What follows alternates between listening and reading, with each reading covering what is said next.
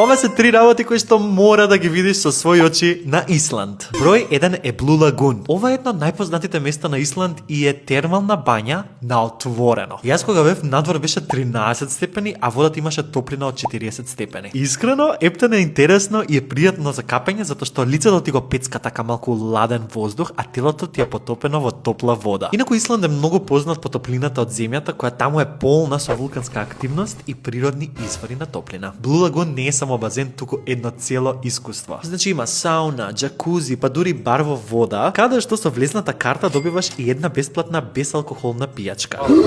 За мало би пал. Но чекај, тоа не е се. Има и дел со маски за лице, каде што добиваш и една бесплатна маска. Искрено искуствово е 10 од 10. Број 2 ги имаме фоките. Дали ти се верува дека со секоја тура Jungle Tribe имаат организиран излет каде што ги наблюдуваш фоките на плажа? А најбавото нешто е тоа што можеш да ги наблюдуваш во нивната природна средина, без да си во зоолошка, без кафе, туку баш онака во природа. Ми намигнува седното.